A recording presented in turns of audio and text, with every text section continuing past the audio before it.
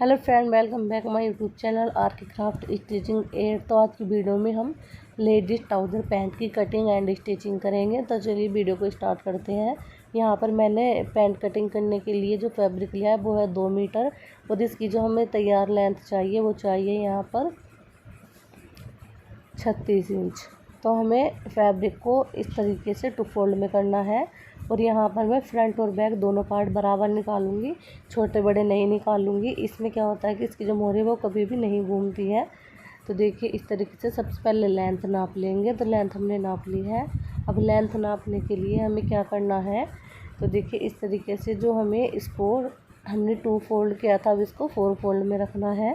तो यहाँ पर मैंने इसको 4 फोल्ड कर लिया है, और कपड़े को जितना भी आपका हिप है उससे आपको कम से कम 4 से 5 इंच 5 से 6 इंच बढ़ाते हुए रखना है। अब यहाँ पर मैंने इस तरीके से रख लिया है कपड़े को। यहाँ से मार्किंग शुरू करेंगे। सबसे पहले हमें यहाँ पर कपड़े में खान है थोड़ी सी, इसको हम कटिंग करके निकाल देंगे।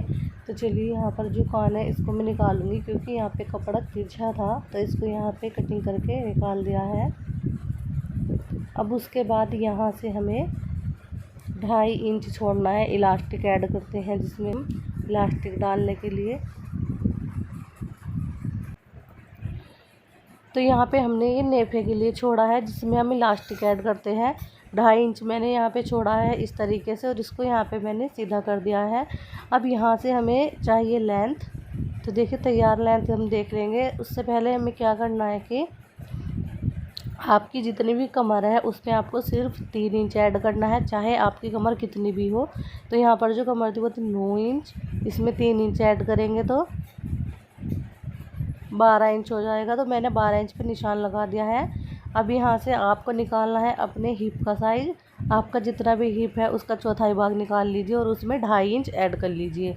देखिए यहाँ पर हिप जो था 40 इंच था, तो 40 का आधा आएगा 10 इंच चौथाई भाग। तो 10 पे मैंने यहाँ पर 2.5 इंच ऐड किया है, तो यहाँ पर आ जाएगा 12.5। तो 12.5 पे मैंने निशान लगाया है ये, और आगे की तरफ 2.5 इंच एक्स्ट्रा लेकर इसमें गोलाई दे दी है। अब यहाँ पर लेंथ देख लेंगे कितनी चाहिए। तो लेंथ चाहिए 36 इंच।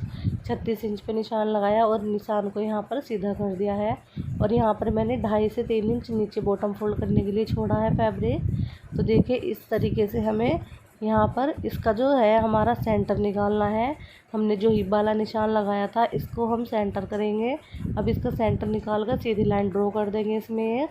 अब यहाँ से हम लगाएंगे मोहरी का निशान। तो मोहरी का निशान हमें किस तरह लगाना है, तो सबसे पहले जो है हम यहाँ से इस तरीके से मोहरी का निशान लगाएंगे। तो मोहरी चाहिए हमें 6 इंच। तो हमने जो सेंटर बनाया है इससे 3 इंच इधर लेनी है मोहरी, और 3 इंच इधर। अब यहाँ से हमें घुटने की लंबाई देख लेनी है कितनी है। तो यहाँ पर आई थी मोहरी से 15 इंच ऊपर की साइड। तो यहाँ पर जो है घुटने थे 10 इंच, तो 2 इंच की यहाँ पर मैंने लूजिंग दी थी। तो 12 इंच पे निशान लगाया है, 6 इंच इस साइड सेंटर के और 6 इंच सेंटर के उस साइड। अब यहाँ पर शेपर पट्टी से शेप दे देंगे इसकी हम। तो देखिए अगर आपके पास इस तरह की शेप नहीं है तो आप वैसे भी निशान लगा सकते हो। हल्का सा इसमें हमें हिप के पास से राउंड शेप देनी होती है, और ये वाला निशान हमें हल्का सा सीधा करना होता है। अब यहाँ से हमने मार्किंग कर ली है, इसकी कटिंग करेंगे। तो चलिए हम इसकी कटिंग कर लेंगे अब। तो इसमें हमारा बैक और फ्रंट दोनों एक साथ कटिंग हो गए हैं। अब सिलाई के लिए हमने इसमें आधे से 1 इंच मार्जिन रखा है, और इस तरीके से हमने इसे निशान से थोड़ा सा बढ़ाकर कटिंग किया है। अब यहाँ पर हमारे दोनों पार्ट एक साथ कटिंग हो गए हैं। इसमें हमारी जो है मोहरी घूमने की प्रॉब्लम्स बिल्कुल भी नहीं आती है, क्योंकि जब हम बैक पार्ट को थोड़ा बड़ा कटिंग करते हैं तो कई बार उसमें मोहरी घूमने की जो है प्रॉब्लम आती है। तो इस तरीके से अगर आप कटिंग करते हो तो इसमें ऐसी कोई भी प्रॉब्लम नहीं आएगी। तो देखिए इस तरीके से मैं तो इसी तरीके से कटिंग करती हूँ ट्राउज़र, लेडीज़ ट्राउज़र पैंट की। अब यहाँ से इसको सीधा कटिंग करेंगे, और इसकी स्टिचिंग भी अभी करेंगे इसी वीडियो में।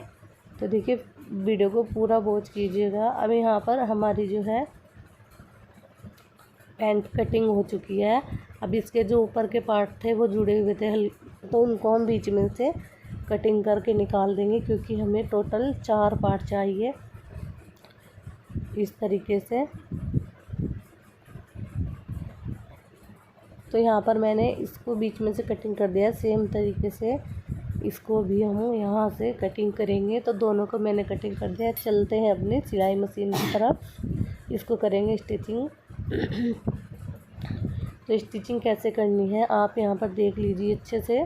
ये यहाँ पर इसमें से 2 पार्ट उठाने हैं हमें, कोई से भी 2 पार्ट उठा लीजिए।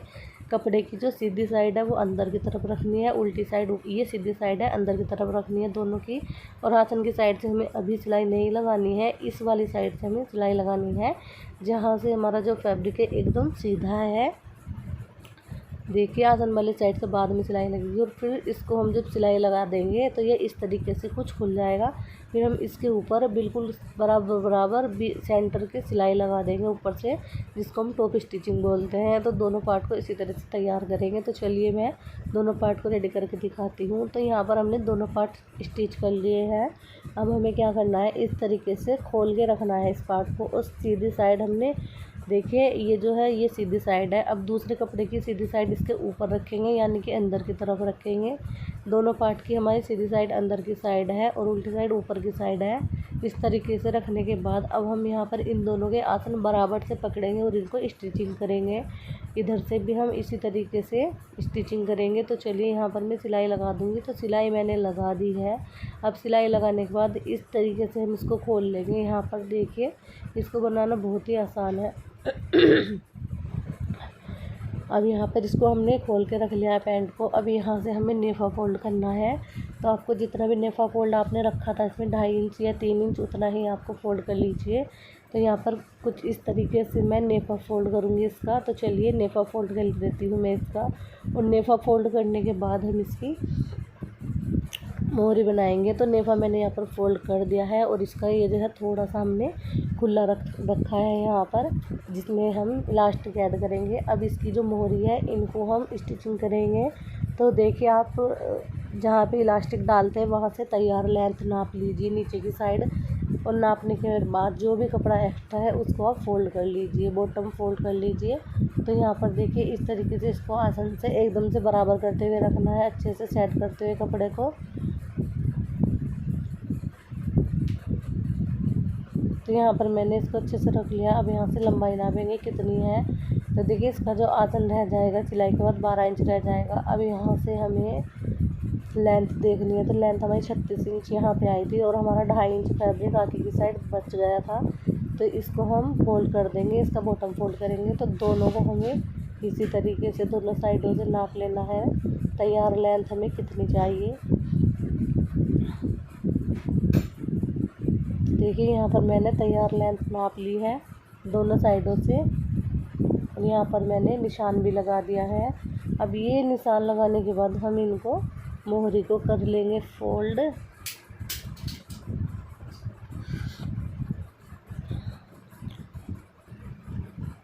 देखिए पैंट बनाने का बहुत ही ज़्यादा आसान तरीका मैंने बताया, इसमें कोई भी दिक्कत नहीं आती है।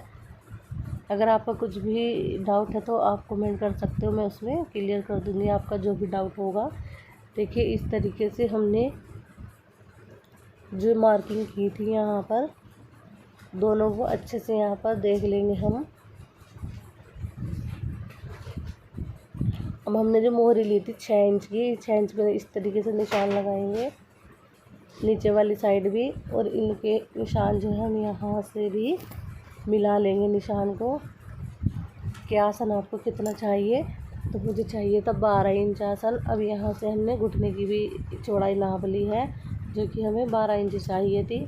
तो देखिए इस तरीके से हम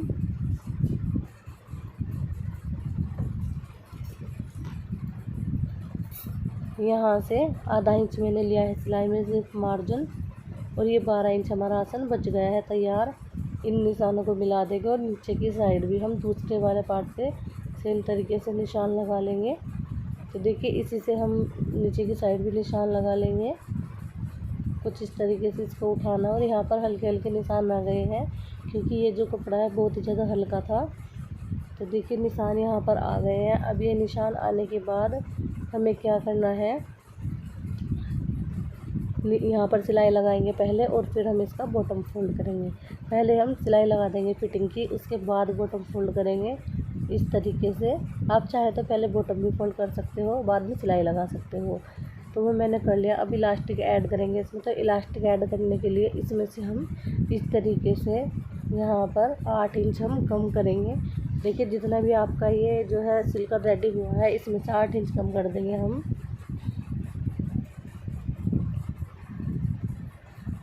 तो देखिए अब इसको इसमें से 8 इंच कम करने के बाद हम इलास्टिक ऐड करेंगे। और जब आप इसको डबल फोल्ड करोगे तो आपको 4 इंच कम करना है, क्योंकि कपड़ा 4 फोल्ड में हो जाएगा हमारा। मैंने सीधा ही नापा है उसको पूरा लंबा। पैंट को खोल के, पैंट का जो फैब्रिक था वो खुला था, सीधा था मतलब एकदम। तो अब यहाँ पर इलास्टिक ऐड करेंगे।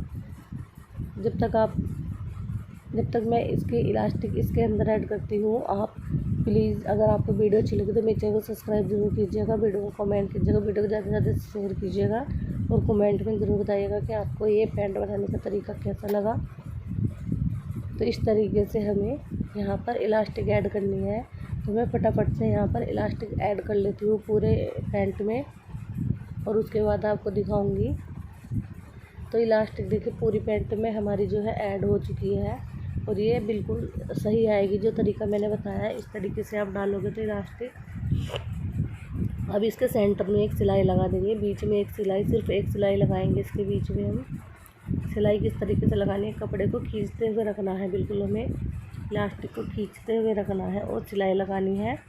तो इसी तरीके से पूरी पैंट में हम सिलाई लगा देंगे।